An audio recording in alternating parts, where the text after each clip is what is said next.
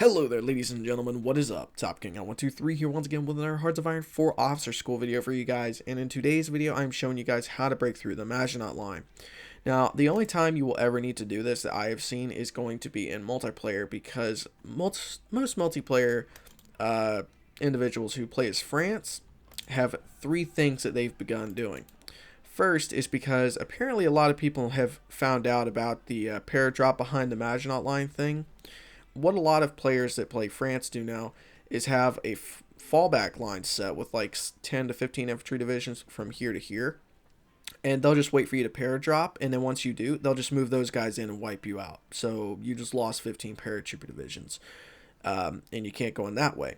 Second thing is because if you have an issue where the individual goes with Britain, the person who plays France goes with Britain, which they almost all the time do. Even the AI does. And I'm in an AI game right now, and the AI does it. I know, yeah, they've gone with Britain.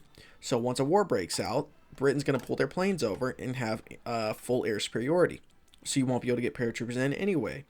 And even if you do get air superiority, another thing French players have begun doing is putting infantry in Brest, Paris, not Danzig, Dunkirk, and then Bordeaux. So you can't get them by capitulation. And if you go around them and get areas around them, well, then again, you have another issue. You're going to be out of supply by the time you're ready to attack the city.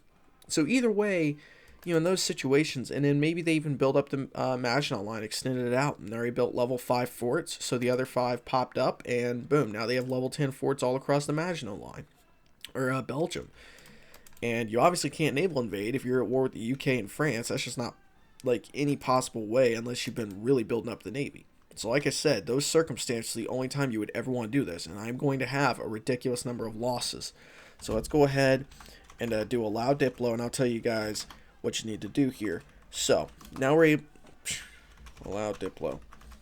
Okay, my bad. So now we're going to be able to declare war, which I'll give them a couple days in advance before. Because most multiplayer games, people will put all their troops on the front line with Germany and Italy. So, let me go ahead and first tell you guys what you need to do. So, we have a Panzer Division class set up here, and that guy did not swap for some reason. Let's go ahead and swap him to Panzer Division. That's close to enough motorized. So, back to what I was saying. Make sure for your Panzer Divisions, they're going to break through, you have this guy assigned for the Fortress Buster. Now you can do one of two things here. You can either have these guys assigned to Rommel.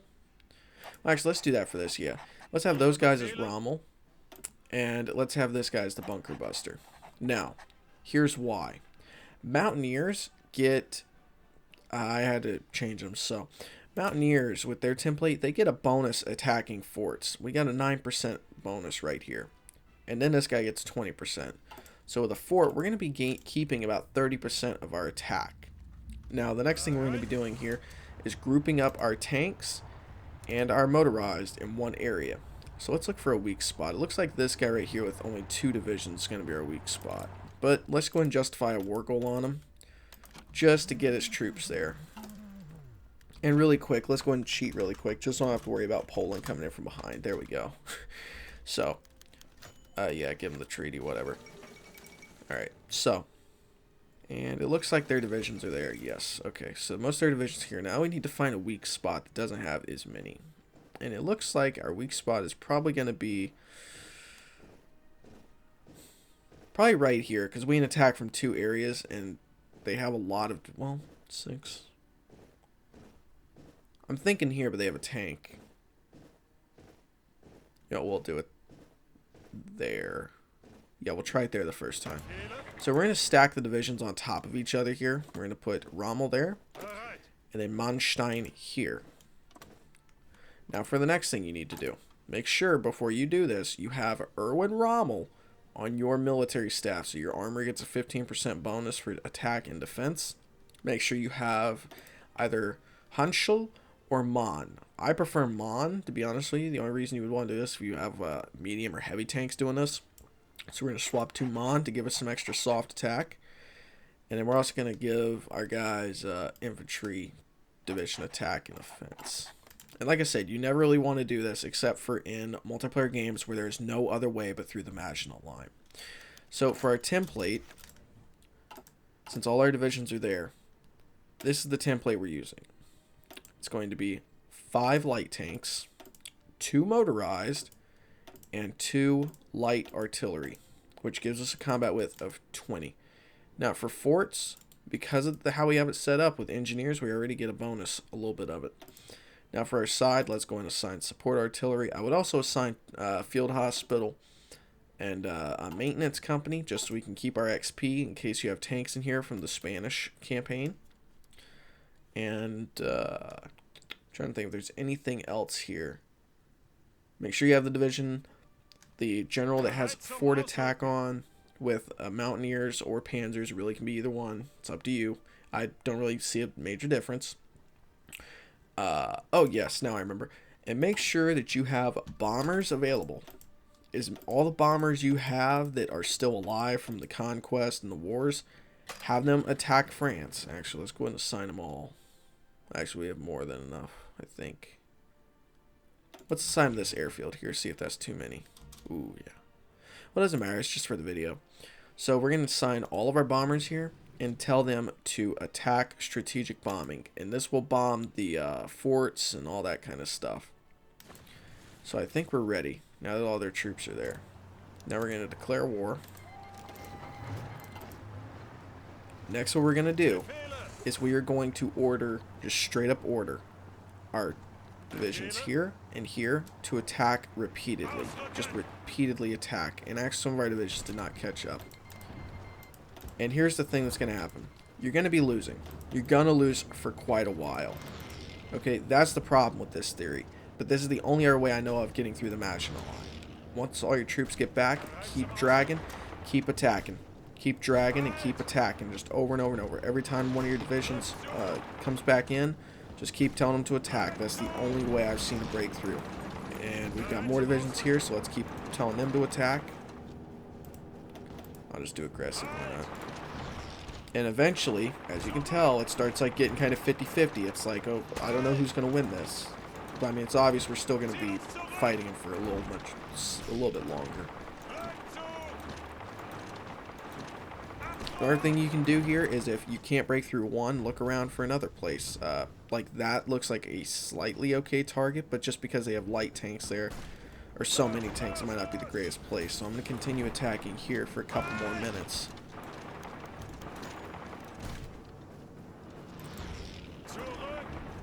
I'm going to continue attacking. Okay, that's not working. So let's pull them back and see if we can attack over here. See if these 6 guys can fall. Oh, actually, they pulled their troops out. So let's keep attacking down here. Since they pulled that tank out of there. Oh, another thing that works really well too is if you order all your divisions over here to aggressively attack, you're going to be losing manpower. But it will stop the AI from deploying troops from other areas over here that are in combat to this area to reinforce. So, as you can see, it's kind of like bobbing in and out. We're starting to kind of win, but not incredibly yet. And eventually, if you just keep attacking, you're going to lose a lot of men. And make sure you have enough manpower to do this. Make sure you have around 1 million, 1.5 million at least. But eventually, you will win this, like by wearing them down. You will eventually win this.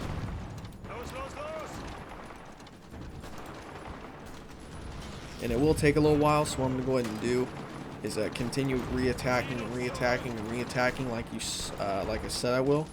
And what I'm going to go ahead and do is pause the video or fast forward it. It's going to be really one or the other. You'll see in a second. And I'll come back once we're starting to win, once we're breaking through. Okay, now we see a weak spot here. Now let me explain what I'm going to do. I'm going to pull my troops back because we can see that they're already weak. And it looks like we might actually already win over here. So we're just going to go ahead and push really hard over here with our infantry and tanks. I think we might actually beat the Maginot Line right there. Okay, now see this one I'm talking about. They're reinforcing it. The AI is reinforcing it. You know, it's about to lose it. So the tanks are over here along with the Mountaineers, and I think we're about to win. Now, here's one other thing. If you keep attacking, eventually, some of these areas will get worn down. And just like in this spot, you can see the organization was really low, so I pulled back off of here because their organization is still pretty high. And since theirs were already kind of low, I'm just going to send these guys here and do a final, like, push and hope that this works. Alright, and now we're going to tell these guys to attack as well. Now this might be the greatest place to attack the Maginot Line from, because something just occurred to me. We have a couple different areas we're attacking them from. So let's see, are we going to push through? Are we going to break through? Yes, we did it. Alright, break through in that little spot right there. That little spot right here. This is probably going to be your best bet. Right there. And we defeat these guys on the mountain, we're going to win. Come on, defeat the mountain, defeat the mountain. We can do it. Come on, get the mountain. I might pause it again. Or fast forward again, depends. Okay, and from here it should be smooth sailing. Yes, it is. Alright, great. Okay, so as you can see right there what I was trying to explain. It's really difficult to do, and to break through it, it costs us 1.5 million manpower. Yeah, 1.5 million. Now, there are probably better ways to do this, but this is the best way that I've seen to be able to actually successfully break through it without using Air Force in a way, without being able, if you have the option to go through Belgium or go over it, if the player online doesn't know what he's doing, he's not defending it correctly, those are going to be your best options, seriously. But as of right now, this is the only thing that I know of that works, is using that division template, using Mountaineers with that general, and encircling them this way with tanks. Like, I don't know any other way to be able to successfully go through the Maginot Line. And like I said, it's not recommended. It's recommended you to find some other way to do it, because this is not the greatest option. This is not the greatest way to do it. But it's the best way that I have found to do it. Alright, there's many other ways you can go through the Maginot Line, and we're still encountering a lot of resistance in here because of the fact that, well actually, now that we're through it, we can actually go ahead and cancel our order here and deploy it like this. And just tell our men to move forward, like, just as quick as they can, just move forward. And they'll start, like, moving around, they'll start getting ready, yada yada. And then we can probably pull our panzers back a little bit now. Just until we can get fully, like, around the Maginot Line.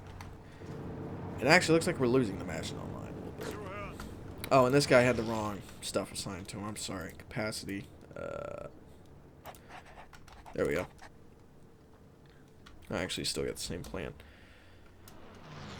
And attack. So, like I said, it's not the greatest idea. It's not the greatest plan in the world, but it's what I've seen to work the best in terms of actually breaking through. And as you can see, we break through again. Yeah. So hopefully this helped you guys out a little bit. Like I said, I would not recommend doing this. Like, do everything you can to avoid doing this. But if you don't have any other options, you don't see another way through the Maginot Line, this is probably going to be your best bet. If you can't go over it, you can't go around it, you have to go through it. Those are the things that this video is geared towards today. And let's just see here. I just want to see if I can encircle this guy. Come on. Alright, so yeah, and see, the problem is we're so low on supply right now, just because of the area and how thin it is. We don't have the supply to continue fighting in here too much longer. So like I said, it just causes a whole bunch of problems. But anyway, guys, thank you for watching. Hopefully you enjoyed it. I will see you guys next time. Stay awesome.